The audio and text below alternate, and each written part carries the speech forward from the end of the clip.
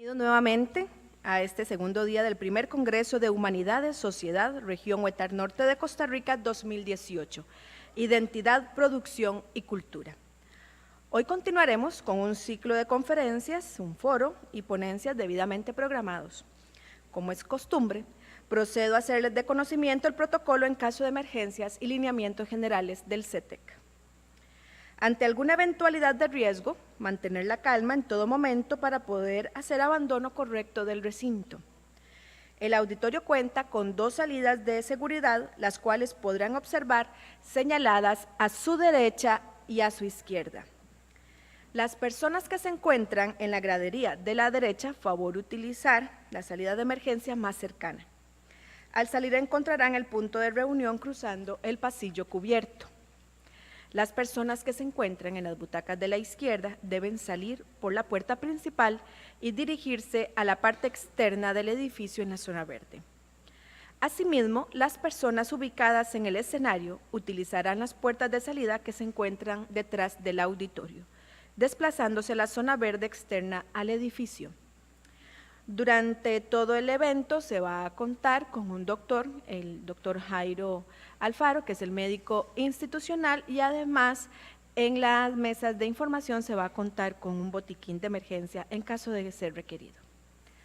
Por otro lado, se les comenta que dentro del auditorio no se permite consumir alimentos ni bebidas y el Tecnológico de Costa Rica es un espacio libre de humo, por lo que les solicitamos abstenerse de fumar dentro de las instalaciones. Les invitamos muy respetuosamente a silenciar sus teléfonos celulares y mencionarles nuevamente que estamos siendo evaluados por el programa de Azul Ecológica, categoría de eventos especiales, por los que les invitamos a colaborar y obtener todos en conjunto este galardón. También recordarles que este evento lo podrán visualizar a través de la página de Facebook y recordarles también la encuesta que fue o va a ser enviada a sus correos electrónicos y que también se va a colgar de la página de Facebook y que si ustedes logran llenar la encuesta podrán participar de unos obsequios que les tenemos a ustedes.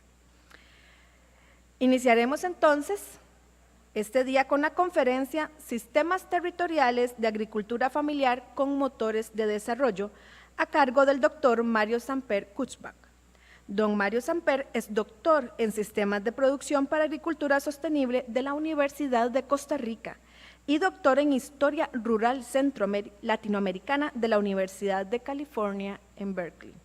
Es especialista en agricultura familiar, desarrollo territorial y bienestar rural.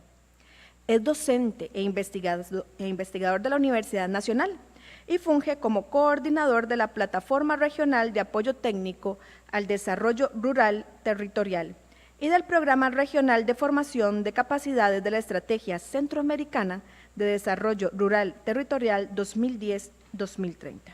Invitamos al doctor Samper Kutzbach a dirigir su conferencia.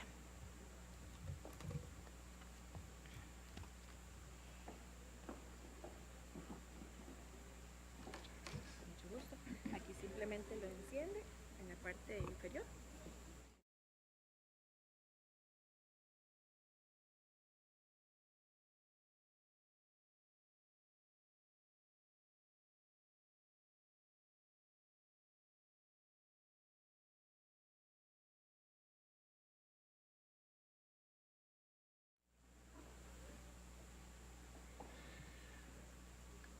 Muy bien, buenos días.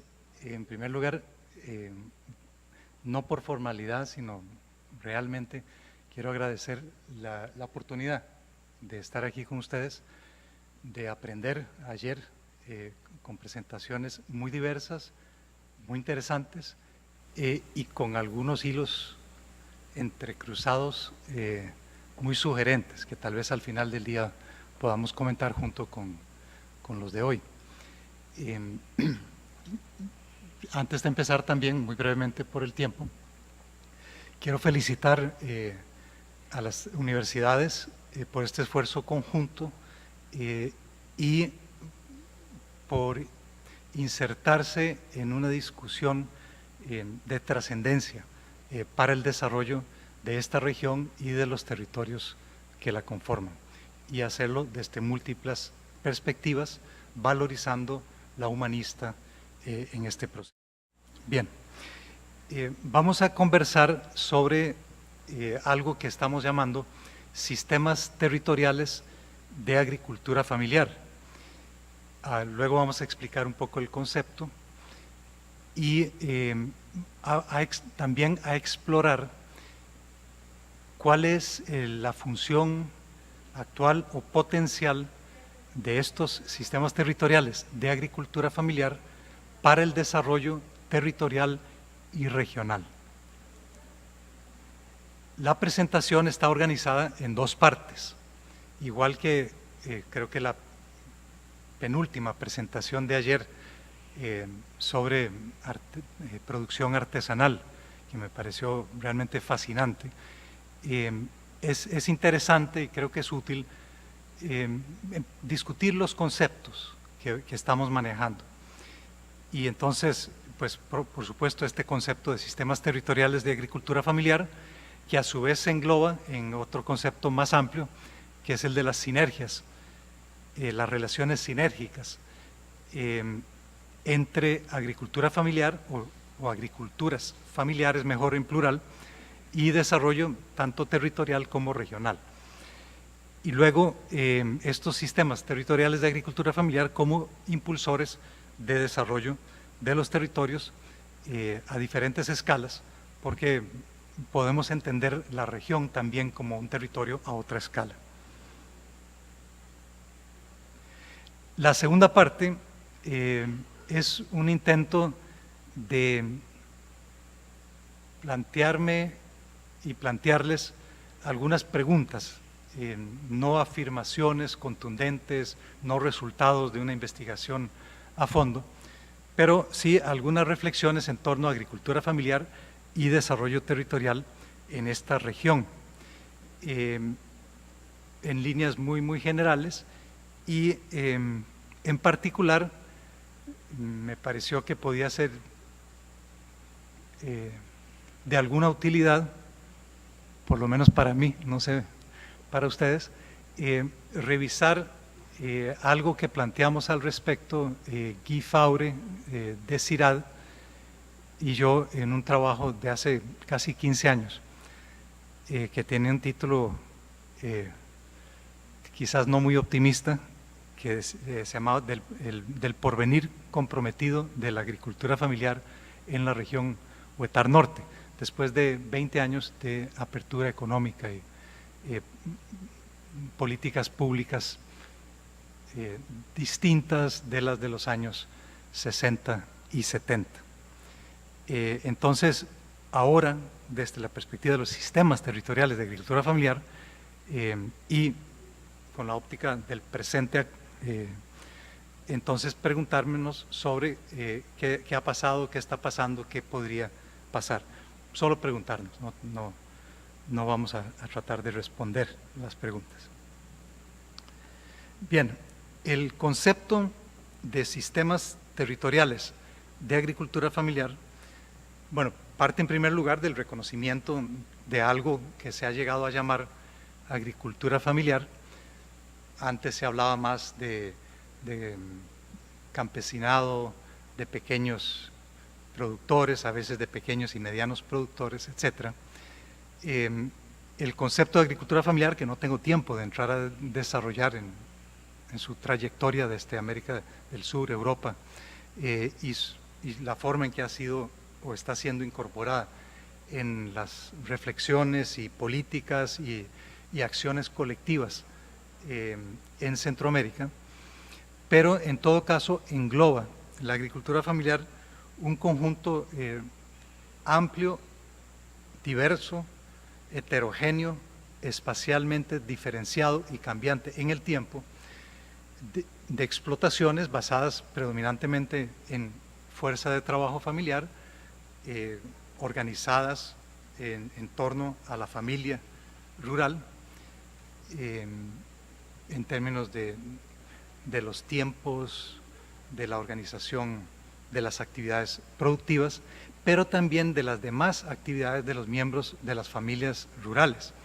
que no solamente trabajan en la finca, en la parcela, sino que también realizan otras actividades de procesamiento, de comercialización, a veces trabajo asalariado fuera de la finca, a veces otras actividades hoy en día relacionadas, por ejemplo, con turismo rural, en fin.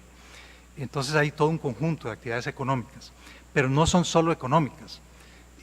La agricultura familiar es, por supuesto, una relación con la naturaleza, en términos del aprovechamiento productivo de recursos naturales, de la tierra, del agua, de la biodiversidad, pero también es, en algunos casos, protección de la naturaleza, de las nacientes, del bosque, de esa biodiversidad. En otros casos no, en otros casos es degradación de los suelos, pérdida de biodiversidad, etc.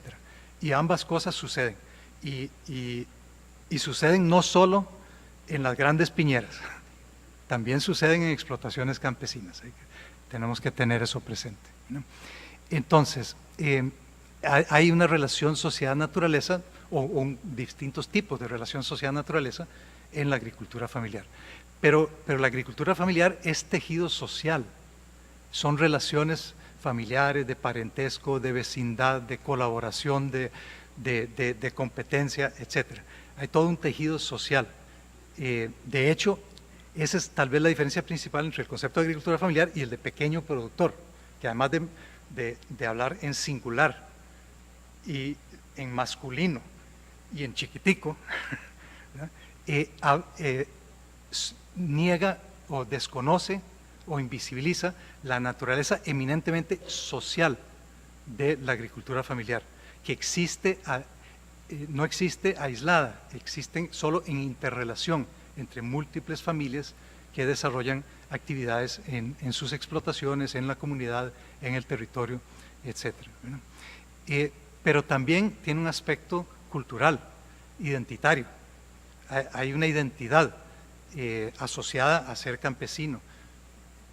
Hay una entidad de pertenencia al territorio o a la región. Entonces, o hay un conjunto de identidades entrelazadas y son parte de lo que es la agricultura familiar, que contribuye también a las identidades territoriales y se nutre de esas identidades territoriales. Y además, la agricultura familiar tiene un elemento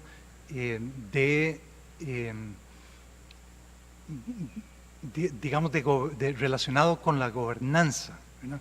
Un aspecto, si se quiere, político-institucional. O sea, es parte de la vida política de los territorios. Hay ciudadanía, hay ejercicio activo, pasivo de las capacidades, de los derechos como ciudadanos. Hay participación política electoral en algunos casos. Hay participación en acciones colectivas, en movilizaciones, en iniciativas para el desarrollo del territorio, etc. Todo eso está relacionado con el tema de un tipo de gobernanza participativa, de relación sociedad civil-Estado, ¿no? Entonces tiene esas múltiples facetas. Creo que en lo que he dicho está ya implícito y de alguna manera hay algunos elementos explícitos en cuanto a la territorialidad de las agriculturas familiares. O sea, la agricultura familiar existe en un territorio, micro, meso, macro, pero existe en un territorio a distintas escalas, ¿verdad? Y estas interrelaciones son territoriales y los factores de localización, de cercanía, son claves para el funcionamiento de estos que llamamos sistemas territoriales de agricultura familiar, ¿verdad? Bueno, y son sistemas, o sea, son totalidades complejas, abiertas, dinámicas, evolutivas, que tienen un conjunto de subsistemas interactuantes y que a su vez participan en sistemas mayores. Por ejemplo, bueno, un sistema territorial de agricultura familiar tiene múltiples agroecosistemas que forman parte de él y muchos sistemas relacionales, etcétera, etcétera, que lo conforman. Y a su vez es parte de un sistema territorial y quizás de un sistema regional. Bueno, eso para no ahondar en demasiados detalles. Aquí está básicamente resumido, no voy a entrar a detallar, solo para decir entonces que la agricultura familiar es un medio y un modo de vida. Se caracteriza por supuesto, posesión de la tierra, cierta organización técnica y social de la producción. Ya dijimos que el trabajo es mayormente familiar, a menudo combina a una parte de autoconsumo, una parte de producción para el mercado, pero en realidad puede ser el grueso para el autoconsumo e intercambios. Es raro que sea realmente autárquico, que no haya ningún tipo de intercambio, y puede ser básicamente para producción para el mercado, aunque a menudo hay algún tipo de consumo, aunque sea a pequeña escala de cosechas o productos o recursos de la propia finca. Bien. Pero hay una proporción muy variable en eso. Combinan distintos tipos de actividades económicas. Agricultura familiar no es solo agricultura, ¿no? Es también cultura, es también relacionamiento social, etc. ¿no? Es también producción no agrícola, intercambios, relaciones salariales, etc. Y ya dijimos que es eminentemente social.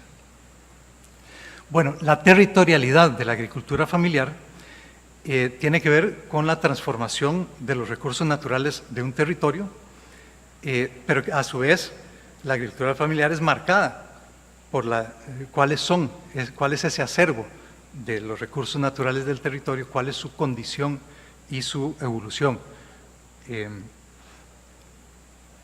Por otro lado, hay relaciones de aglomeración, de localización, de proximidad, que son fundamentales para el desarrollo de cadenas de valor basadas en los territorios, ¿verdad? En otros contextos se habla de conglomerados, de clúster, economías de escala, etcétera, ¿verdad? Bueno, los principios básicos que subyacen a eso valen también para la agricultura familiar y para los sistemas territoriales de agricultura familiar. Después vemos unos ejemplos. Entonces, estos sistemas territoriales de agricultura familiar son conjuntos complejos de múltiples sistemas de producción y diversas relaciones sociales en un territorio.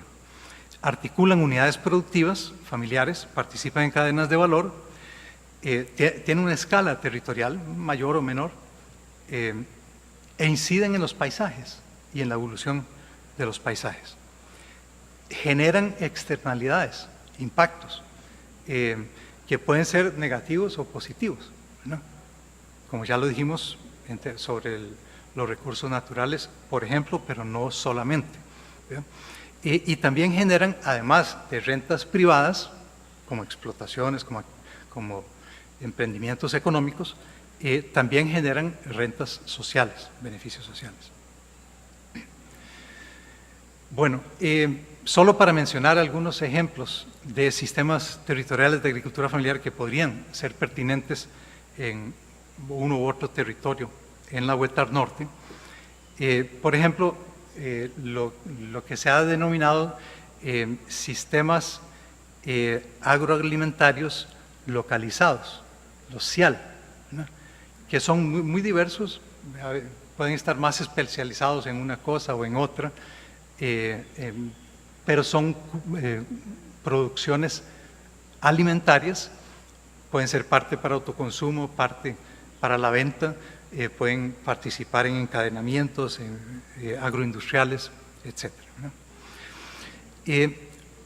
Hay un conjunto de sistemas de producción agrícolas y agroganaderos que tienen diversos grados de especialización y diversos grados de vinculación a mercados. Y eso no es estático, ¿verdad? Sino que evoluciona. Y precisamente más adelante lo que queremos ver o preguntarnos es cómo han evolucionado algunos de los sistemas o algunos de los tipos de agricultura familiar y de los sistemas asociados en la Huetar Norte. El caso de la caña para el procesamiento artesanal. Ayer en la exposición de fotos veíamos fotos históricas de trapiches de los años 60, 70, etcétera, ¿verdad? Y en las estadísticas y en los relatos, en las narraciones y reconstrucciones históricas, es claro que la elaboración artesanal de caña, la producción en los trapiches y la cañicultura a pequeña escala ha sido importante en la región. Y lo sigue siendo, pero hay que preguntarse sobre cuáles son sus perspectivas. Algo que ha evolucionado más recientemente es la piscicultura, la producción de tilapia. Ayer cenamos tilapia, producida localmente. Entonces, la piscicultura en fincas campesinas es también parte de la agricultura familiar, no es solo agricultura en el sentido de cultivos, ¿verdad? La producción de plantas ornamentales en pequeñas explotaciones. Obviamente requiere inversiones sustanciales de capital. Una mediana explotación en plantas ornamentales requiere un capital que quizás trasciende las posibilidades de la mayoría de las familias campesinas, pero también hay pequeña producción ornamental. O la lechería, la producción artesanal de quesos, solo para poner algunos ejemplos que tienen importancias variables en distintas zonas de la Huetar Norte. Bueno, las diversas facetas de los sistemas territoriales de agricultura familiar están asociadas a distintos planos o dimensiones de las dinámicas territoriales. La parte de recursos naturales, los aspectos productivo-económicos, de relación social, identitarios e institucionales en sentido amplio de la palabra. Vamos a ver muy rápidamente algunas de esas facetas en el caso de los sistemas territoriales de agricultura familiar. En la ambiental, obviamente el aprovechamiento de recursos naturales, los agroecosistemas asociados a diversos tipos de fincas campesinas, y esto puede tener una importancia muy considerable en términos, por ejemplo, de la conservación o valorización de la agrobiodiversidad, o por el contrario, la pérdida de esta agrobiodiversidad, y también en procesos relacionados con la resiliencia, la adaptación al cambio climático, etc. Obviamente los paisajes locales transformados por la acción humana, y luego tenemos los impactos positivos, negativos sobre el medio ambiente del territorio. En el plano económico, hay conjuntos entrelazados de sistemas de producción más o menos especializados, también extractivistas, pecuarios, policultivistas, la participación en cadenas de valor o en mecanismos asociativos para el procesamiento, comercialización, etc. Y algunos de estos sistemas territoriales de agricultura familiar han sido en el pasado, quizás no necesariamente lo sean hoy, o son hoy, y habría que ver si lo seguirán siendo en el futuro, o podrían llegar a ser impulsores del desarrollo de un territorio, o incluso más allá, de varios territorios. Bueno, en lo social hay un conjunto de redes con distintos grados de formalización, tienen objetivos comunes, explícitos o no, hay relaciones de reciprocidad, de intercambio de diverso tipo, y posibilitan la acción colectiva, la incidencia, los esfuerzos para impulsar procesos de cambio, de desarrollo, etc. Luego, por supuesto, también hay estructuras de poder, hay relaciones de poder, hay relaciones que pueden ser más colaborativas o más conflictivas. Al interior del propio sistema territorial de agricultura familiar, porque no todo el mundo es igualitico, ¿verdad? Y también al exterior, con agentes económicos, políticos, institucionales, etc. ¿no? Y en lo cultural, bueno, son modos de vida que son construidos históricamente en determinados territorios rurales y que participan en la construcción de la identidad territorial, ¿no? Pero hay una identidad específica también de agricultores familiares, ¿no? Y hay un sentido de pertenencia que está asociado tanto al sistema territorial de agricultura familiar como al propio territorio, ¿no? Y hay procesos intergeneracionales, hay transmisión, hay legados culturales al interior de una familia y en una comunidad y en un territorio. Y hay también discontinuidades y rupturas intergeneracionales, ¿no? Bueno, en lo político institucional está pues la expresión organizada de los intereses de quienes participan en la agricultura familiar en un territorio y que reivindican sus necesidades, sus propuestas, etc. Hay que decir que a menudo todavía son un tanto sectoriales, un tanto enfocadas en la agricultura, ¿verdad? A pesar de que se participa en un entramado de redes sociales, culturales, etc. Pero hay un reconocimiento cada vez más explícito de esas múltiples facetas, y eso se expresa poco a poco más y más en las propias acciones colectivas y reivindicaciones, ¿no? Se negocia con otros agentes en las cadenas de valor. se participa en mecanismos de concertación y de gobernanza territorial, más activamente, menos activamente, golpeando la mesa o pidiendo permiso, etcétera, ¿verdad? Bueno, ahora, estos sistemas territoriales de agricultura familiar, voy a llamarlos STAF para ahorrar minutos a lo largo de lo que resta, están relacionados con otros sistemas territoriales, muy diversos, ¿verdad? Desde económicos, de mercado, de transporte, de gobierno, etcétera, etcétera. Pero voy a mencionar 3 tipos que son interesantes porque tienen una cierta afinidad, o bastante afinidad. Uno son lo que se ha dado en llamar sistemas territoriales de acopio, procesamiento y transporte, o que pueden ser a veces cadenas de valor, cadenas agroindustriales, etcétera, que existen. Y estos sistemas territoriales a menudo participan en estos otros sistemas. Luego hay lo que FAO ha dado en llamar sistemas territoriales de abastecimiento alimentario, que son enfocados en el acopio, procesamiento, distribución local de alimentos y con los temas de seguridad alimentaria. Entonces ahí se conecta, por ejemplo, con los CIAL, que hablábamos hace un rato, ¿no? Y un tema muy interesante a nivel territorial y regional, me parece, es la cuestión de lo que se llama sistemas territoriales de innovación, y el concepto un poco más amplio de redes y procesos de innovación, porque los sistemas territoriales tienden a ser un poco más formalizados, ¿verdad?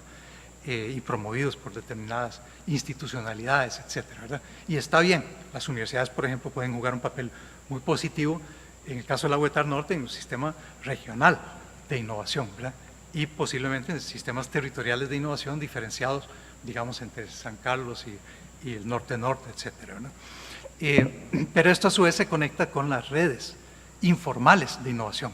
Por ejemplo, yo trabajé hace varios años, trabajé varios años en Upala y también en Puriscal y Acosta sobre el tema de experimentación campesina y las redes que articulan, las redes informales que articulan localmente y territorialmente a experimentadores y experimentadoras campesinas, son redes de innovación, son redes para la innovación y de gente innovadora, ¿verdad? Pero luego cómo se articulan con otros territorios, etcétera, ¿no? Bueno, y así hay N número o diversidad de tipos de sistemas territoriales con los cuales interactúan. Pero estos de innovación que mencionaba son muy importantes para que los sistemas territoriales de agricultura familiar puedan efectivamente adaptarse, innovar, enfrentar los retos, las amenazas y aprovechar las oportunidades que van surgiendo o incluso crear nuevas oportunidades y que se puedan potenciar como impulsores de desarrollo de los territorios. Ayer le eché una mirada, al final voy a volver sobre esto, ayer le eché una mirada a los planes de desarrollo territorial de la región, perdón, del territorio del norte-norte y también el de San Carlos y otro par de distritos. Y me encantaría saber si hay alguien por acá de los consejos territoriales de desarrollo rural. Perfecto. Cuando vayamos a eso me interesaría mucho conversar para ver cómo visualizan ustedes el papel de la agricultura de las agriculturas familiares en el desarrollo de los territorios y este tema de los procesos de innovación. Sería una conversación bonita que me encantaría tener. Bien, estos son simplemente ejemplos gráficos que no voy a entrar a explicar por el tiempo.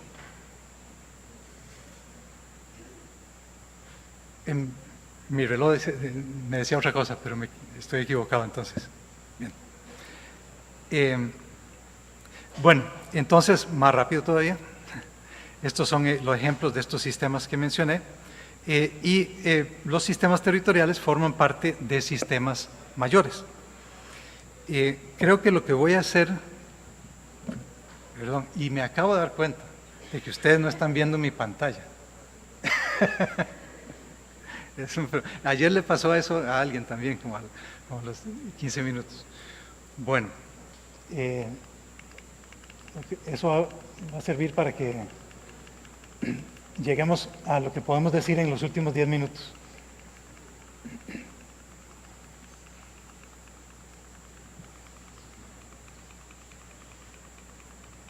Por cierto, toda la presentación tiene notas detalladas, etcétera. Supongo que tendrán acceso a ella. Entonces, los contenidos, incluso los que no voy a desarrollar por tiempo, eso es sobre caracterización, las configuraciones y características de los sistemas, los aspectos principales a considerar al caracterizarlos, ¿verdad?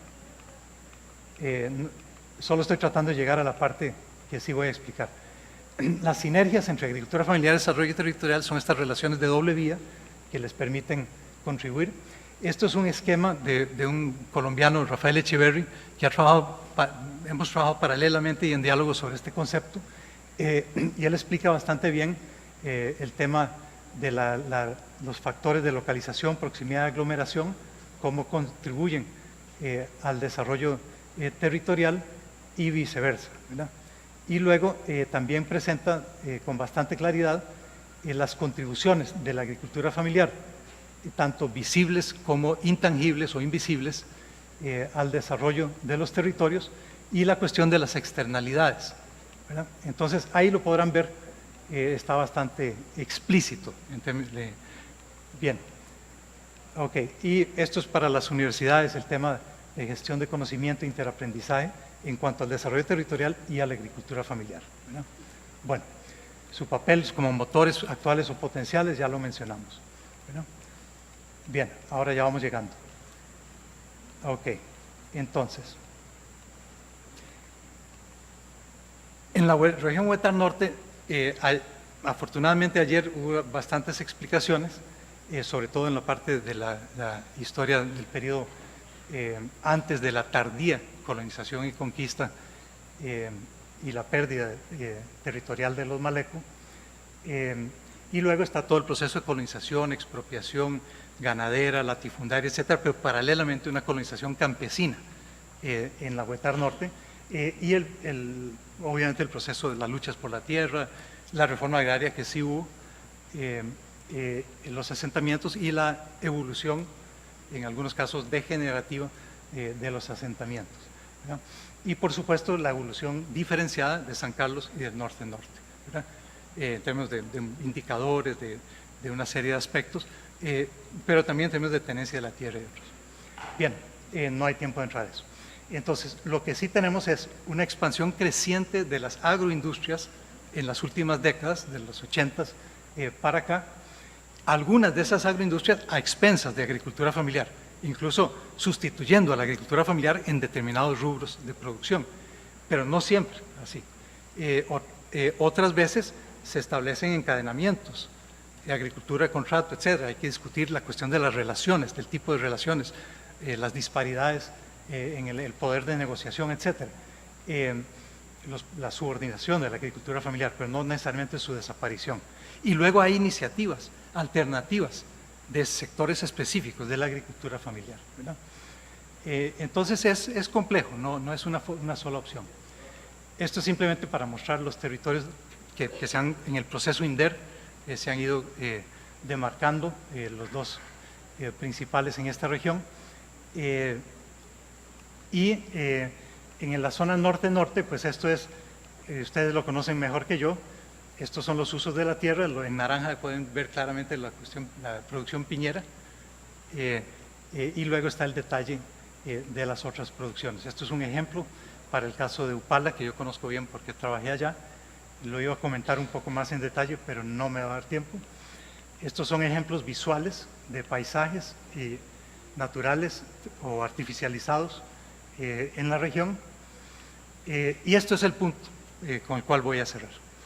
Entonces, hace 15 años planteábamos que las políticas nacionales habían sido favorables a la agricultura familiar en los años 60 y 70 y que en los años 80 y 90 hubo un cambio en las políticas públicas y también en el entorno internacional que afectó negativamente a la agricultura, a ciertos tipos, más a unos tipos de agricultura familiar que a otros en la región.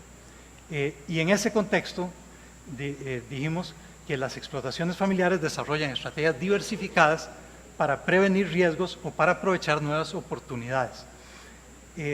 No obstante, los márgenes de maniobra se reducen progresivamente. Esto era 2004, ¿no?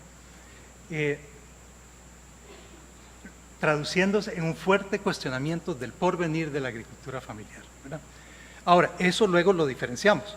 Guy y yo hicimos un análisis de 5 tipos principales, 5 situaciones y subtipos, y vimos trayectorias evolutivas previsibles o posibles o probables, dependiendo de dependeduras, de políticas, de iniciativas, del éxito, de la adaptación tecnológica, etcétera, que iban a ir variando. Y eso es lo que sería interesante ver hoy, ¿verdad? Entonces, en las transformaciones recientes vemos un desarrollo a veces a la par, yuxtapuesto, a veces traslapado, a veces entrelazado, de agricultura familiar, campesina, indígena, y de las agroindustrias y agroexportaciones, naranja, piña, tubérculos, etcétera, ¿verdad? Una crisis creciente de la agricultura campesina tradicional, un desplazamiento, desaparición incluso de algunos sectores de agricultura familiar, un debilitamiento fuerte de algunos, un asalariamiento creciente de otros y procesos de migración, ¿verdad? Por otro lado, una producción más especializada, más tecnificada en ciertos cultivos, en explotaciones pequeñas o a veces medianas, capitalizadas, o sea, sectores con mayor capacidad de inversión en ornamentales, en jengibre, etcétera, a veces para consumo nacional, a veces para exportación, a veces para ambos. Y hay oportunidades que se han detectado en estudios que revisé en estos días para la producción comercial de determinados cultivos campesinos, como plátano, para el mercado nacional, ¿no? Bueno, entonces, algunos tipos de sistemas territoriales de agricultura familiar efectivamente se han debilitado mucho, incluso podrían desaparecer. Otros seguramente habrán evolucionado de maneras innovadoras y ciertos tipos de sistemas de agricultura familiar han prosperado, ¿verdad? Entonces, no todos han desaparecido ni todos están desapareciendo. Algunos que han tenido poco dinamismo, pero existen, subsisten, podrían potenciarse agregando valor, accediendo a ciertos nichos de mercado e integrándose en estrategias de desarrollo territorial, que era el tema que me interesaba de los planes de desarrollo de los territorios de la UETAR.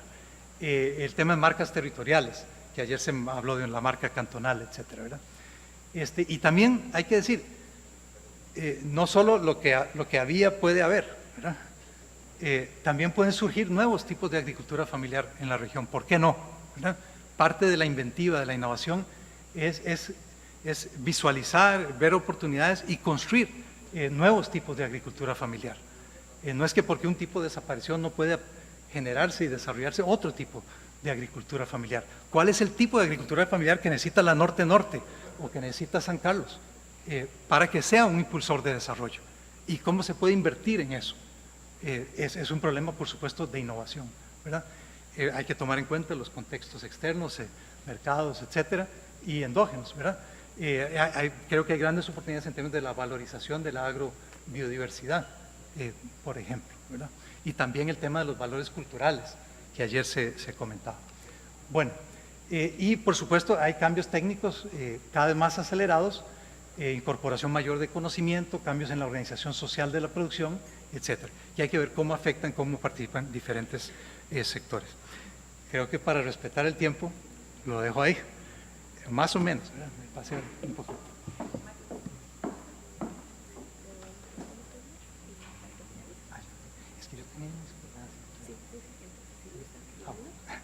Bien, parece que sí, había una cosa de los relojes y los tiempos. Entonces, parece que ahora todavía tengo 10 minutos. El tiempo es tan relativo, ¿verdad? Bien, entonces, esto obviamente no lo voy a explicar en detalle, está el análisis en el texto al pie de las láminas, pero esto en todo caso es en 2014 con el censo agropecuario, la situación en general, y pues como suele haber, por supuesto que hay concentración, si uno hace un coeficiente de concentración o una curva Lorenz, encuentra siempre una concentración marcada, pero es muy diferente de la que había antes. Antes eran las haciendas ganaderas extensivas y el pequeño campesinado, ahora son agroindustrias y un campesinado heterogéneo, con distintos grados de intensificación y muchos cambios. Entonces, a un mismo índice puede indicar situaciones, en realidad, puede referirse a situaciones que son de naturaleza muy distinta, ¿verdad? En todo caso, por supuesto que así como hay concentración, hay un sector importante de explotaciones de 1 a 50 hectáreas, y aún en la categoría de 50 a menos de 100 hectáreas, dependiendo de la actividad productiva, etcétera, si es ganadera, si es forestal, etcétera, podemos estar hablando de una mediana explotación familiar, agroganadera familiar, ¿verdad? Así como una explotación más pequeña en extensión puede ser capitalista, por la intensidad de capital, por la naturaleza incluso corporativa de su organización, etcétera, ¿verdad? Bueno, luego eso se diferencia por cultivos de ciclo corto, y obviamente está el tema de la yuca y el arroz, que tienen las mayores extensiones, ¿no? Y en términos del número de fincas se puede hacer el contraste y ver un poco la situación en términos de peso, inferir un posible peso mayor de las pequeñas o medianas o grandes explotaciones, pero eso habría que estudiarlo, por supuesto, de manera mucho más detallada, no con los datos publicados, sino con los datos originales. En eso el Estado de la Nación creo que podría tener acceso a eso. Y lo mismo vale para el frijol. Pero al interior de estas categorías hay agroindustrias y hay explotaciones familiares, ¿verdad? Lo mismo en cultivos permanentes, donde destaca por supuesto la piña, pero también la naranja y la caña de azúcar, que como les decía hace un rato sigue siendo bien importante. En las actividades pecuarias, por supuesto los bovinos, pero obviamente hay una actividad importante con especies mayores y menores, ¿no? Bien, estos son los planes de desarrollo que mencioné y la reflexión ahora sí final. Entonces, aparte de decir que las categorías que no entré a detallar, que habíamos visualizado en 2004, había que ver cómo han evolucionado. Las categorías de 2004 habría que ver cómo han evolucionado, pero creo que además de eso no se trata hoy simplemente de volver a hacer el mismo ejercicio que se hizo en 2004, porque estaba hecho sobre la base de unidades productivas y explotaciones individuales. Yo creo que hoy habría que hacer ejercicio en términos de sistemas territoriales de agricultura familiar, con su diversidad, con su heterogeneidad y con sus valores territoriales, económicos, culturales, políticos, etcétera, ¿verdad? Entonces hay que trascender el abordaje meramente sectorial. Es importante el abordaje sectorial, pero no solo el abordaje sectorial. Luego hay que relacionar claramente la pluridimensionalidad de la agricultura familiar con la multidimensionalidad de los sistemas territorios, ¿verdad? Y ver cómo contribuye el fortalecimiento de la agricultura familiar con su multifacética a las distintas dimensiones del desarrollo de los territorios, ¿verdad? Y pensar los sistemas territoriales de agricultura familiar como subsistemas territoriales. Y luego explorar las implicaciones concretas de las sinergias entre agricultura familiar y desarrollo territorial. En plata blanca, cómo sí o no puede contribuir cada tipo de agricultura familiar, cada sistema territorial de agricultura familiar al desarrollo de nuestro territorio y de nuestra región, ¿verdad? Y si puede contribuir, entonces vale la pena invertir en él.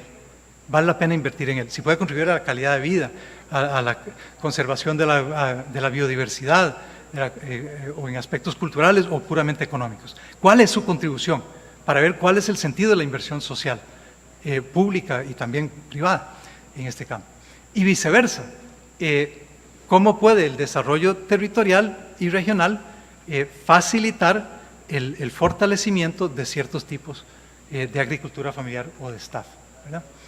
Y finalmente me parece que sería bueno reconocer de manera explícita, por ejemplo en los planes de desarrollo territoriales y regionales, el papel de estos sistemas territoriales de agricultura familiar como impulsores del desarrollo territorial y regional. Bueno, luego obviamente hay que ver la perspectiva, la evolución, la prospectiva de las agriculturas familiares diversas en la región Huetar Norte en su conjunto y diferenciándolo por territorios.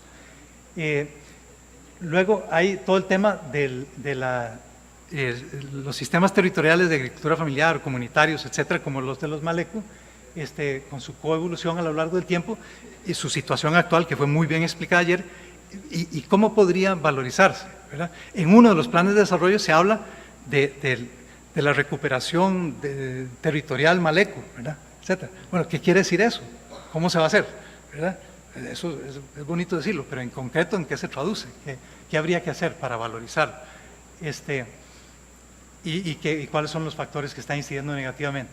Luego, elementos que ya mencioné, que era una recapitulación, y ver los retos actuales, las amenazas y las oportunidades para estos sistemas territoriales de agricultura familiar en la región Huetar Norte en su conjunto y en cada territorio, en términos de impulsores del desarrollo. Bueno, eso es, ahora sí,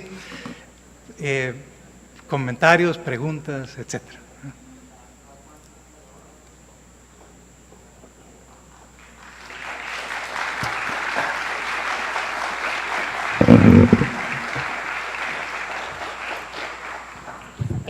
Voy a distiempo, es que estaba tomando el ánimo para hacer el comentario, entonces ya al final lo tomé cuando habían dado los aplausos. Parte, digamos, de lo que plantea don Mario, me lleva muchísimo como a la reflexión del trabajo que una realiza cotidianamente. Mi nombre es Tania Orantes Estrada, del Instituto Nacional de las Mujeres, y nosotras vemos, cuando estamos en el trabajo con las mujeres, que muchas veces, y llevándolo más al nivel como de la identidad y frente a eso, cómo aportar digamos, o cómo nutrir en estos procesos de las economías, también y desde la agricultura, no quieren reconocerse como tales, ¿verdad? Y ahí hay un tema de identidad muy importante, porque, ¿verdad? Así como usted lo va explicando, a mí más bien me da líneas para poder comprender de mejor manera, porque cuando, ¿verdad?, ellas están en los procesos o hay posibilidad, digamos, de recursos o cualquier otra cosa, ellas prefieren 1000 veces decir, por ejemplo, que están haciendo otros oficios como costura, artesanías o cualquier otra cosa, antes que reconocer que están en el trabajo de la agricultura. Y usted lo nota porque usted llega a la casa, están con las botas puestas, o sea, acaban de venir, ¿verdad?, del trabajo de campo, y yo creo que esa es una, digamos, en esta mirada y en este congreso que aporta también desde la reflexión de la identidad, cómo eso al final de cuentas repercute directamente en ese tipo de procesos, porque se ha perdido, ¿verdad? Y se ha perdido el interés, o socialmente hay un desprestigio del trabajo de agricultura que al final de cuentas no se quieren reconocer en ese espacio, y por tanto, ¿verdad?, dejar de participar o insertarse en otros espacios laborales que además uno sabe que también están saturados o que no responden como al contexto en el que están, no les da elementos para seguir favoreciendo. Entonces yo creo que ahí, por eso es que, ¿verdad?, es más como una reflexión en ese aporte, y tal vez desde lo que usted también plantea, ¿cómo podemos hacer también para hacer esa reflexión y ese trabajo conjunto del tema que tiene que ver por la identidad, con el tema también de la construcción de identidad, con esas relaciones? Todavía acá hay espacios de agricultura, digamos, esta es realmente una alternativa para la gente que vive acá, y cómo también lo podemos juntar, ¿verdad? Desde la parte más técnica, porque eso tiene que ver con todos estos planes de cómo se fortalece, pero también desde la identidad, la gente cada vez se aleja más de eso, y yo creo que eso repercute directamente también en esos procesos. Ese es como mi comentario, porque sí hay una gran preocupación, ¿verdad? Una vez y sabe el valor que tienen estos procesos, pero también desde esa identidad y de esos espacios de reconocimiento social, y una sabe que, ¿verdad?, aquello que genera dinero, que pasa por el mercado, es lo que al final de cuentas tiene más reconocimiento, tiene más interés, y al final de cuentas, de no estar de ese lado, digamos, de la economía, también en la cuestión de identidad, va poniendo frenos y una limitación significativa a la hora de construir los espacios, ¿verdad?, de participación desde la ruralidad. Gracias. No, gracias. Fania, ¿es tu nombre? Tania. Gracias, Tania. Gracias, muy pertinente y muy sugerente. Efectivamente, hablábamos hace un rato de que se hablaba de los pequeños productores, ¿verdad? Y eso era, obviamente, era una invisibilización total y absoluta del papel de las mujeres en la agricultura familiar, en la agricultura misma, en todas las otras actividades económicas, productivas y reproductivas, etcétera, etcétera. Entonces, hay un discurso oficial, hay una estadística oficial, etcétera, y un discurso social que obviamente invisibiliza y que se interioriza, ¿verdad? Y se expresa en el no autorreconocimiento al cual usted se refería. Luego, obviamente, digamos, hay todo el tema de la feminización creciente de la agricultura familiar, ¿verdad? En la medida en que hay, obviamente eso varía de una región, de un territorio a otro, en distintos periodos, pero en la medida en que hay más emigración temporal o permanente de hombres jóvenes, ¿verdad? Entonces pasan dos cosas. Uno, lo que es el fenómeno ese que llaman del envejecimiento del campesinado, ¿verdad? O sea, la discontinuidad intergeneracional, y luego el peso creciente de las mujeres en el manejo de las explotaciones, en el trabajo, en las explotaciones familiares, etc. Más razón para valorizar el trabajo y el aporte de las mujeres. En el tema de identidad, indudablemente, es clave.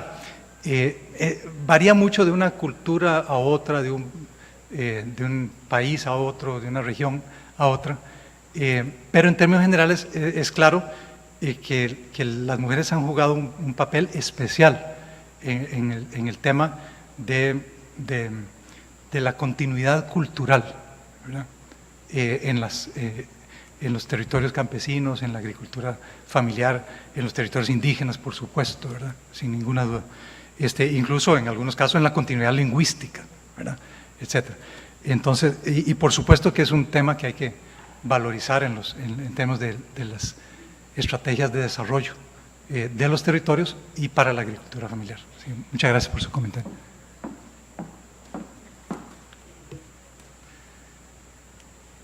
Una última pregunta.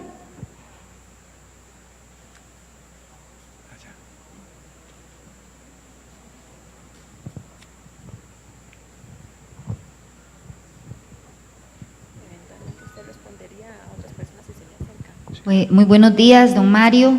Mi nombre es Eulin Chacón, yo soy la presidenta del territorio San Carlos Peñas Blancas y Río Cuarto. Con respecto a lo que usted menciona, nosotros aquí en el territorio, que fuimos conformados en realidad en el 2015, ya vamos a cumplir 3 años, no ha sido tan fácil, ¿verdad?, esta experiencia de formar territorio y empezar a trabajar desde abajo, desde la gobernanza, empezar a empoderar a estas personas para que empecemos a hacer un cambio y tratar de nosotros de ir logrando territorios inteligentes, territorios rurales inteligentes, que empiecen a pensar desde una perspectiva más allá de lo que es un desarrollo económico y un desarrollo social, un desarrollo ambiental.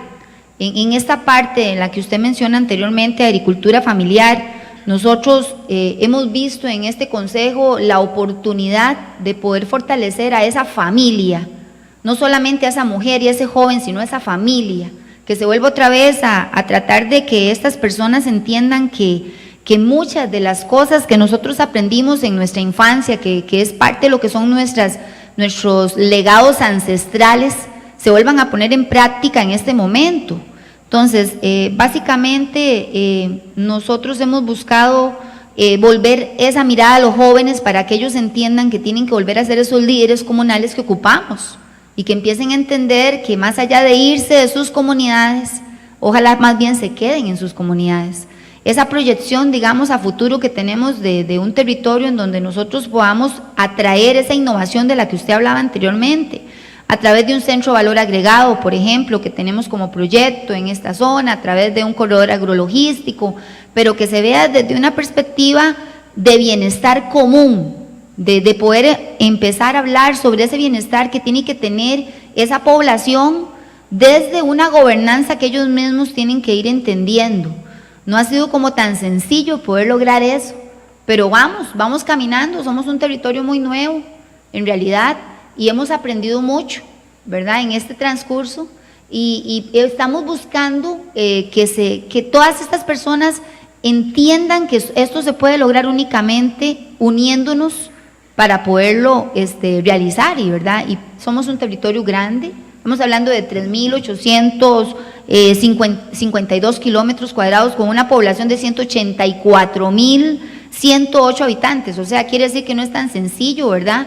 Pero bueno, es parte de lo que es nuestro plan, el cual está dirigido exclusivamente a obtener beneficios en pro de cuidar el ambiente, o sea, cuidar el agua, cuidar la energía, tratando de que sea una agricultura familiar, como usted bien lo menciona, siempre y cuando teniendo de la mano el ambiente, ¿verdad? Siendo una sociedad sostenible y tratando de tener territorios inteligentes con miras a eso, a llegar a eso, ¿verdad? Muchísimo gusto y muchas gracias por su disertación. Muchísimas gracias a usted, Evelyn. Me interesaba mucho conocer la perspectiva de los consejos territoriales de desarrollo rural, y porque creo que ahí está el futuro. Me parece que es en la articulación entre los procesos colectivos, participativos, como usted menciona, para la construcción y realización de proyectos, proyectos de futuro, estrategias de desarrollo de cada territorio, y en este caso también de la región, con sus dos territorios, que se puede, me parece, potenciar los aportes actuales, pero sobre todo potenciales, de las agriculturas familiares, de los sistemas territoriales de agricultura familiar, para los propósitos del desarrollo del territorio, para los económicos, como usted dice, de fortalecimiento de la familia, para el tema de los legados, ¿verdad? Ancestrales, intergeneracionales, la valorización, la continuidad, para el tema del arraigo que mencionaba, no solo de los jóvenes, pero especialmente de los jóvenes, que son una pérdida neta de capital humano en los territorios, para los procesos de innovación y para ese bienestar común, ¿verdad? Yo creo que eso es claro. Y el tema ambiental que mencionaba usted al final. Para todo eso, no es que solamente los sistemas territoriales de agricultura familiar en absoluto. O sea, hay que ver cuál es el papel también de las agroindustrias y cuál es el papel de otros sectores económicos y sociales y políticos y culturales en el territorio o sea, es todos los actores, como usted bien sabe, pero lo digo para los demás, es el conjunto de todos los actores públicos, privados, de un territorio quien puede hacer. Pero entre estos actores, en muchos territorios rurales, los vinculados a la agricultura familiar son relevantes por su número, por sus actividades, por sus aportes y por sus impactos, a menudo positivos, no siempre, a veces son negativos, por ejemplo en términos ambientales, y hay que abordar eso también, ¿verdad? Bueno, yo creo que sí, ese es el tema de las sinergias, ¿verdad? Y luego otro tema me parece interesante explorar es la cuestión de la multiescalaridad del desarrollo territorial, ¿verdad? En este caso, me parece que la Huetar Norte es un buen ejemplo de eso, porque hay claramente procesos regionales, hay incluso dinámicas, no solo planes y documentos, etcétera, de planificación, ¿verdad? O sea, hay una historia compartida, diferenciada, sí, no es lo mismo norte-norte que San Carlos, pero hay elementos comunes, entonces hay identidades incluso más locales, upaleños, guapileños, etcétera, ¿verdad? Y luego de los territorios intermedios y luego de la región. Y se pueden potenciar, por ejemplo, proyectos estructurantes para el desarrollo regional, como puede ser una red vial que atraviesa toda la región y que articula los distintos territorios entre sí. Bueno, eso es para el desarrollo regional, pero favorece el desarrollo de cada territorio, ¿verdad? Y viceversa, el desarrollo de cada territorio contribuye al desarrollo de la región. Entonces es un asunto a múltiples escalas. Bueno, termino ahí por el tiempo, creo. Y gracias.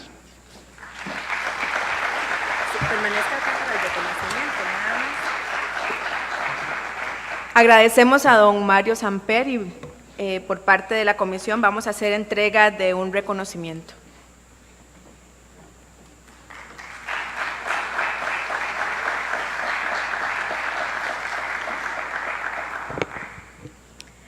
Como parte de las actividades programadas y con plena conciencia precisamente del compromiso ambiental, el Congreso fue sometido a una evaluación a fin de alcanzar la bandera azul ecológica categoría de eventos especiales.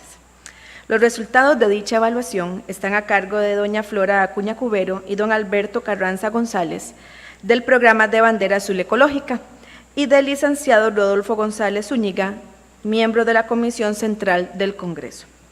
A continuación, doña Flora nos dará unas palabras y posteriormente escucharemos al licenciado Carlos Rodolfo González Zúñiga de la Comisión Central del Congreso.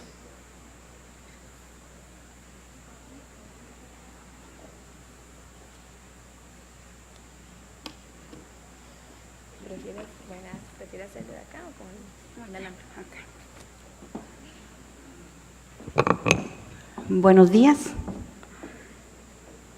Es un verdadero placer para nosotros estar hoy acá.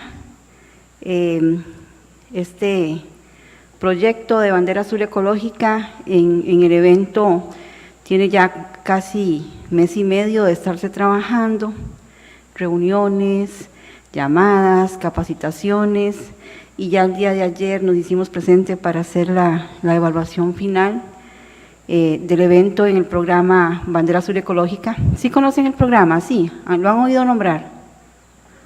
Sí, ¿verdad? Ya estamos posicionados, tenemos 24 años de estar en Costa Rica, estamos internacionalmente también. Varios países cuentan con algunas de las categorías. Un programa totalmente amigable con el ambiente, gratuito, se lo damos a todo el que quiera en el extranjero. Y en Costa Rica incentivamos a las poblaciones para que se inscriban en alguna de las categorías.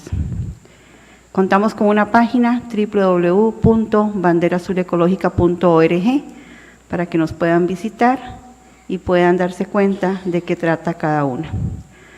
Ayer tuve la grata sorpresa de que se me acercó un doctor, que trato de ubicarlo, pero no lo veo. Allá está.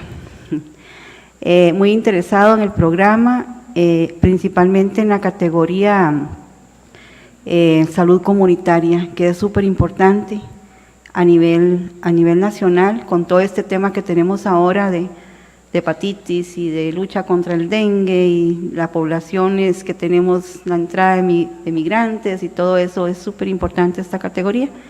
Y me voy muy complacida el día de hoy de tener ya el contacto del doctor para poder trabajar en la zona norte con esa categoría. Invitarlos también a que revisen la página en la categoría Hogares Sostenibles. Todo nace ahí, en el hogar. Entonces es importante como que alguno de ustedes se lleve la semillita y para el año entrante inscriban su hogar en esta categoría. Y volviendo al tema del evento, en la categoría eventos especiales, pues muy complacidos nos vamos hoy de ver el trabajo realizado. El equipo que hicieron el conjunto UTN, TEC y UNED es espectacular en el trabajo.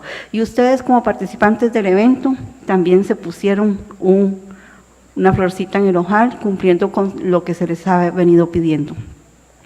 Para mí es muy importante decirles y muy grato, junto con mi compañero Alberto Carranza, que es el otro evaluador, entregar hoy la bandera azul ecológica después de evaluar 13 parámetros: agua, alimentación, residuos, servicios sanitarios, etcétera, etcétera, compensación de la huella, y no sé quién es el que va a venir a recibir la nota.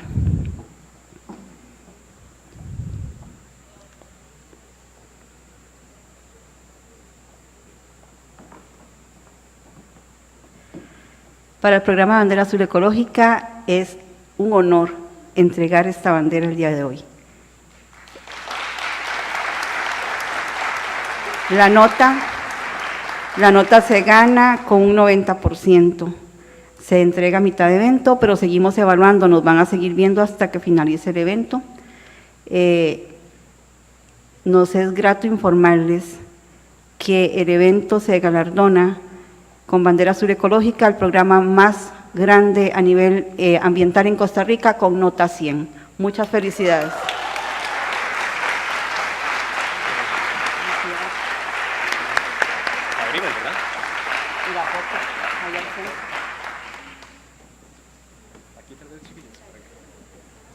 Yo les pediría a todos los chiquillos, venga Priscila, vengan acá, se tomen la foto, eso es muy importante. Como dice mi jefe es el doctor Daniel Mora, y él dice que nosotros en Costa Rica tenemos que hacer lo de las gallinas, cacarear los triunfos. Así es que la foto es muy importante para todo el tema de publicidad.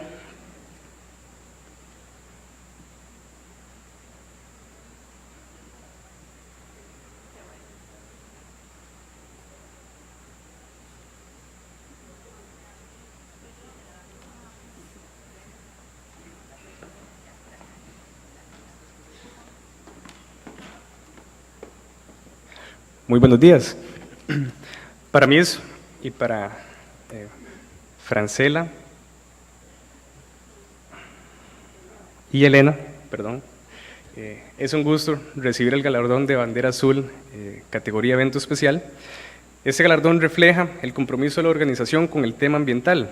En el marco de un congreso de humanidades y sociedad, el tema ambiente se nos presenta como un eje en el cual confluyen temas humanistas y sociales, y como congreso queremos comunicarles a todos que el tema ambiental debe ser fundamental en la comprensión de las dinámicas de la región Huetar Norte, pero más aún es un tema que es fundamental en sentido global y en sentido familiar, como se acaba de mencionar, y mucho más en sentido individual. No es casualidad que estemos participando en la categoría de eventos especiales. Hace un par de semanas hubo también acá otro congreso que se galardonó también con esta misma distinción, y dentro de un par de meses también habrá otro congreso acá que probablemente también se galardone con esta misma distinción. Digo que no es casualidad porque el TEC también es bandera azul a nivel institucional, y pues no es una ocurrencia de nosotros, y pues vamos a seguir trabajando en ello. Quisiera mencionar algunos detalles dentro de todo lo que conlleva Bandera Azul, nada más como muestra de lo que la organización ha cuidado. Por ejemplo, se les entregó una bolsa de tela, que también cuidamos que no fuera polipropileno, que muchas veces las bolsas que se dan son derivadas del plástico. Bueno, es una bolsa de tela. Además, el lapicero que cuentan ahí también es un lapicero que el cuerpo del lapicero es de cartón, un poquito menos de plástico. Se ha fomentado el carpooling, también tenemos una campaña informativa por acá, como algunos detalles, y pueden parecer que son detalles pequeños, pero cada detalle cuenta. Todo esto, la verdad, es solo como la puntita del iceberg. Como decía Flora, hay 13 parámetros que fueron evaluados, y pues en cada uno de esos parámetros hemos tenido acciones planificadas y ejecutadas, que, como decía Flora, con nota 100, la verdad me complace mucho. Quiero agradecer a la subcomisión de Bandera Azul, a Lucía Rodríguez, a Priscila Benavides, a Ariadne Camacho, a Elena Palacios y a Francela Camboa.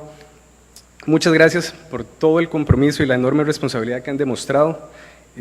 Mencionar aparte que tanto Francela como Elena son estudiantes de temas ambientales, de ingeniería en salud ocupacional y de ingeniería en gestión ambiental. Entonces, insisto, no es casualidad que estemos siendo galardonados. A todos los edecanes y a toda la organización también, muchísimas gracias. A ustedes como público, como mencionaba Flora, también yo quisiera reflexionar brevemente, porque el mejor congreso en temas ambientales no es el que más se barre, no es el que más se limpia, es el que menos ensucia, en donde los participantes también comparten el sentir del programa de Bandera Azul Ecológica. Y bueno, de mi parte agradecerles e invitarlos desde un punto de vista filosófico, que es mi área, a que pongamos en práctica la ética ambiental. De manera muy rápida, la ética es una disciplina reflexiva que nos invita a reflexionar sobre las costumbres para cambiarlas a mejor. En temas ambientales, la ética ambiental nos invita a reflexionar sobre nuestras costumbres ambientales y cambiarlas para mejor, desde los detalles más pequeños, como no usar una pajilla, hasta los más lujosos, como comprar un carro eléctrico. Todas las acciones cuentan, las pequeñas y las grandes. Y bueno, de mi parte entonces, invitarlos a que disfruten el resto del programa del día de hoy, y pues procederemos entonces a izar la bandera, y les pido un aplauso para las chicas y para todo el equipo que está.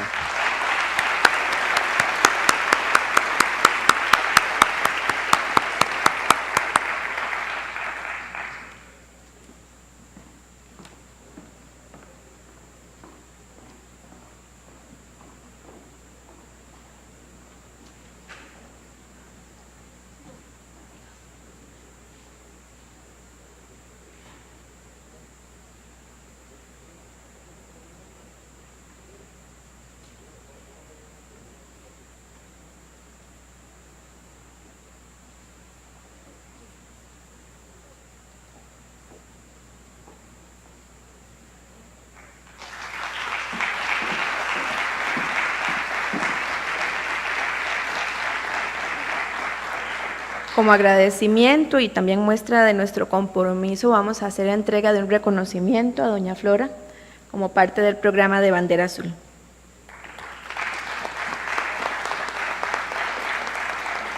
Recordar que estos reconocimientos son de material reciclado, para que lo tengan también presente. Hermosos recuerdos.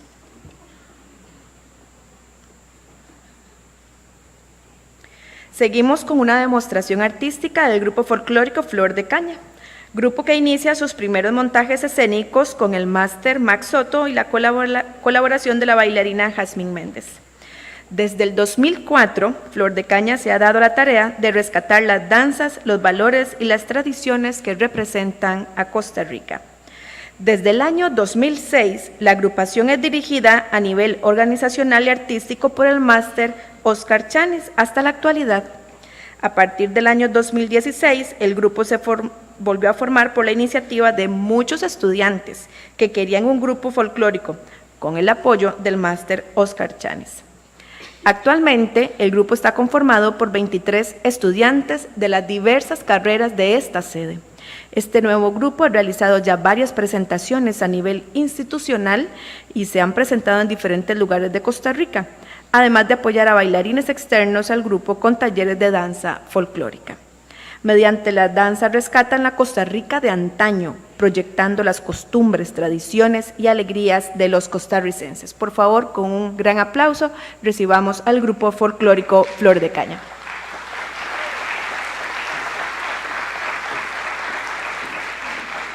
Las piezas que bailarán serán Hila y Reta, Dilo de una vez, Costa Rica baila y canta y del top a la corrida.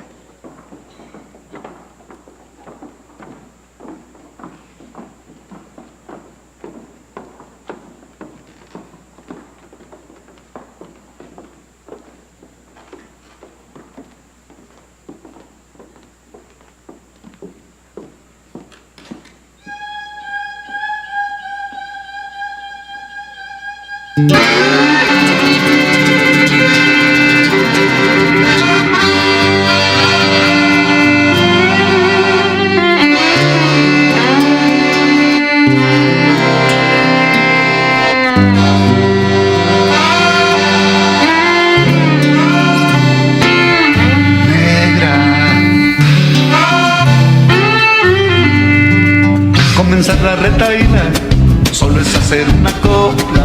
En enero el viento sopla y en agosto qué calor. En Chichén es lo mejor, en la fiesta de San Blas. Me viste y no te acordás. Me viste y no te acordás. Y si te vi no me acuerdo. Señor juez, yo no recuerdo si me dieron condición. Qué fácil llega el perdón de la mano del olvido. Pero yo no olvido más, ¿qué va? Pero yo no olvido más, se me grabó en la memoria. Y así te cuento la historia, si no me oís, no me oigas. Hila, hila, reta, hila, hila, reta, reta, hila, hila, hila, reta, hila, hila, reta, reta, hila.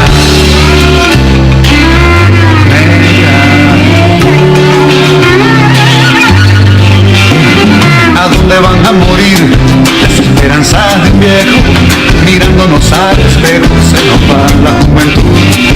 Como clavos de ataúd, así fueron tus miradas. Y en el campo están sembradas. Y en el campo están sembradas las ilusiones del pobre. No sirve la guasa al hombre para alimentar la cosecha. Que todo el que no aprovecha la gracia que Dios le da. Soy de aquí, no soy de allá. Soy de aquí, no soy de allá.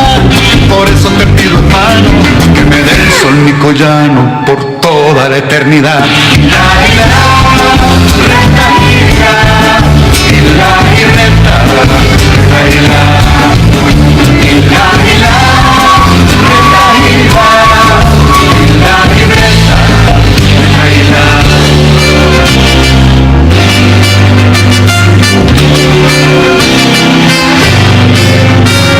Para eso tengo mi puño, dijo el punto de vara, miran con la misma vara, siempre pegadotes, tronadores el foco, en cuanto se corta el sol.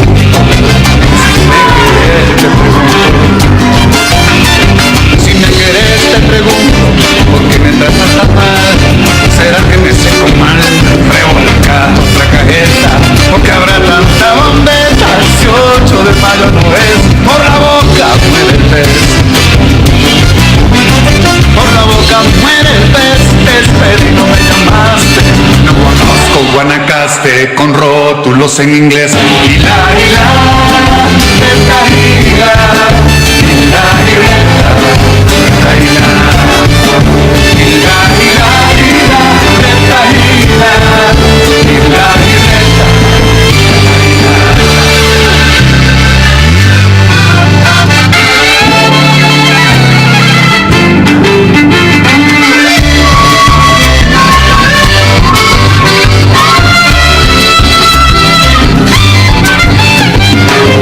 El diablo por viejo, mi junta Matusalén, siete cueros y Belén, si no dan en el invierno, yo no quiero ir al infierno, grita más cuatro pisos y cajas donde mete su chica, no que mete su carruño.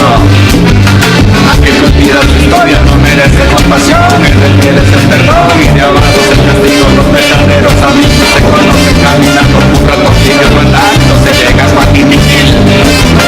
De Chima se ve el fusil, el mezclado coño día, damas y regalitas, una buena tanarico, solo el hermano más hijo entre los dos, un santo perdón que te quiera tanto, mariquita de mi vida. Hila, hila, reta, hila, hila, reta, reta, hila, hila, hila, hila, reta, hila, hila, reta, hila.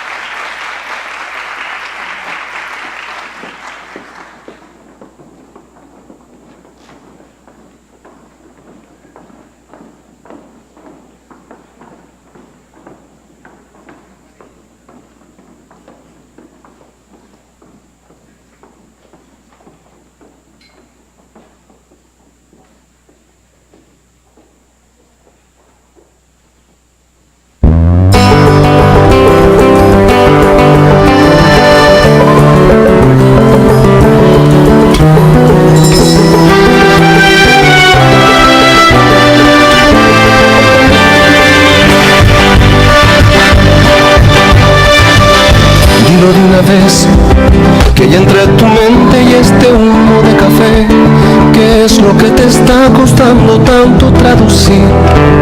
Tal vez no exista una manera de decirlo sin herir. Dilo de una vez, dilo en línea recta, no te enredes por mentir. Y alza tu mirada que le ves tanto al mantel. Solo son casitas de montaña repetidas cada dos. Sin herir, sin herir, me halaga tanta consideración. Sin herir, sin herir, de todas formas te agradezco la intención. Dilo de una vez, no le pongas freno burocrático a este guión. Que llámese mis líneas, empecemos la función. Siempre hay un héroe, una princesa y un dragón. Dilo de una vez, que tanto vértigo hace malo al corazón. Y alza tu mirada que le des tanto mantel. Solo son casitas de montaña repetidas cada dos. Sin herir, me halaga tanta consideración. Sin herir,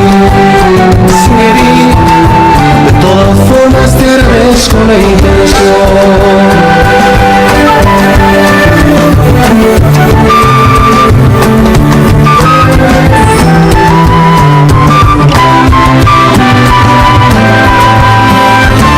Dilo de una vez, me conviertas en manilla de reloj, en almanaque que ya llegó enero y no se usó.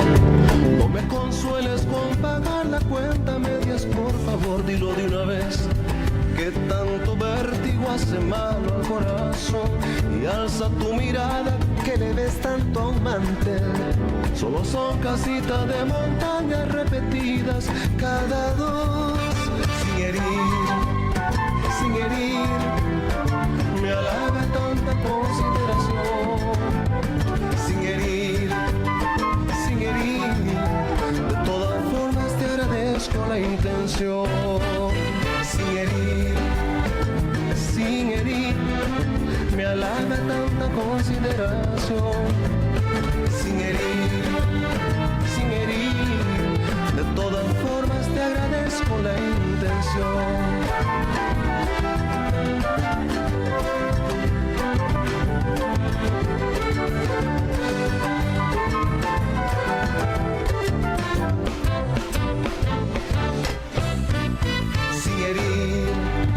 Sin herir, me halaga tanta consideración. Sin herir, de todas formas te agradezco la intención. Dilo de una vez.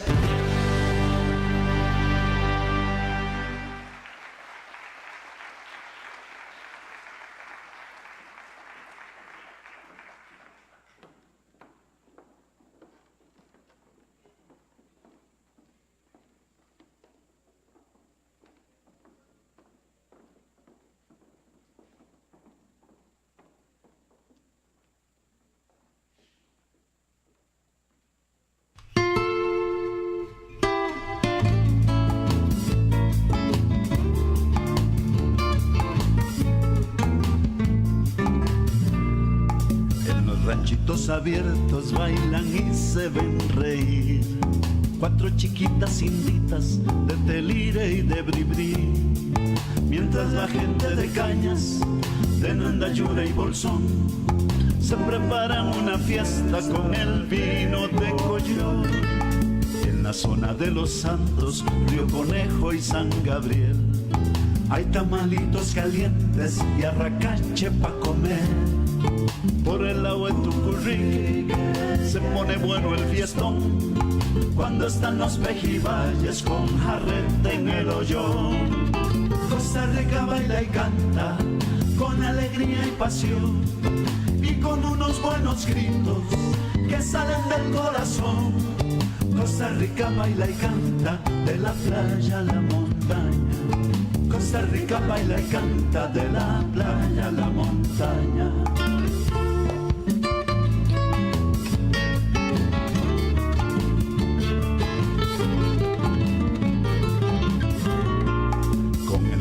Del calipso se desborda el carnaval. En Limón y Puerto Viejo, en Matina y en Batán, una paella de chicharrones se cocina en Riscal y una chiquilla preciosa de Tabarcia va a cantar. En el parque de Zarcero, entre figuras de ciprés, baila un viejillo descalzo que hasta vuela con los pies. Y para rezarle a la Virgen en Cartago y en Cachí se cocina una olla de carne con chayote y con ñampí. Costa Rica baila y canta con alegría y pasión y con unos buenos gritos que salen del corazón. Costa Rica baila y canta de la playa a la montaña. Costa Rica baila y canta de la playa a la montaña.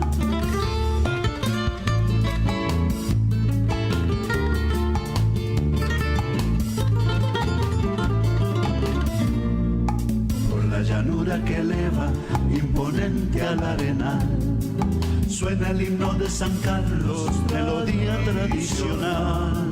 O cuando vienen los santos saludando a San Ramón, se pone alegre el gentío con respeto y devoción. En un salón de paso ancho se deslizan sin parar, con brinquitos de swing criollo todos salen a bailar. Y por los campos de Heredia, en Barrita y Miramar, bailan y cantan los ticos a este terruño de paz. Costa Rica baila y canta con alegría y pasión y con unos buenos gritos que salen del corazón. Costa Rica baila y canta de la playa a la montaña. Costa Rica baila y canta de la playa a la montaña.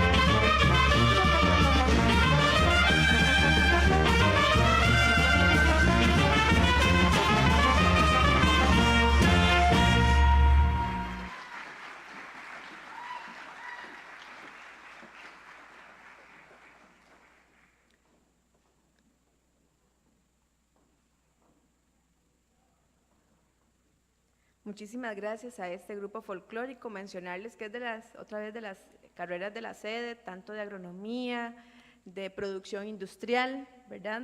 No sé si de la carrera también de electrónica y de computación. Eventualmente han pasado todo este tipo de estudiantes a través de este grupo folclórico. A nombre del máster Oscar Chanes, quien el día de hoy no nos pudo acompañar, la estudiante Lorena Monge va a recibir el reconocimiento muy bien merecido para este grupo. Por favor, Lorena.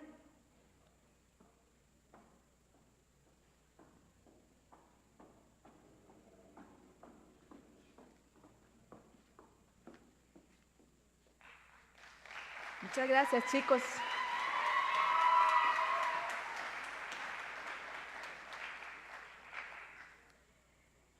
La siguiente conferencia se denomina Situación Económica de la Región Huetar Norte y sus principales desafíos y estará a cargo de la magíster Natalia Morales Aguilar del programa Estado de la Nación. Natalia Morales es máster en Economía del Desarrollo de la Universidad Nacional y licenciada en Economía de la Universidad de Costa Rica. Ha realizado diversas investigaciones en temas sociales, empleo, pobreza, desigualdad de ingresos, educación, género, entre otros. Actualmente es coordinadora del área de estadísticas del Programa de Estado de la Nación y el capítulo de Equidad e Integración Social del Informe Estado de la Nación. Invitamos a la magíster Morales a dirigir su conferencia.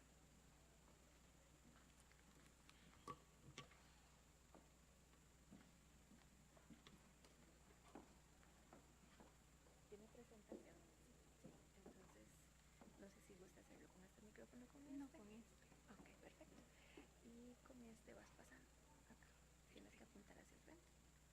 Okay, perfecto.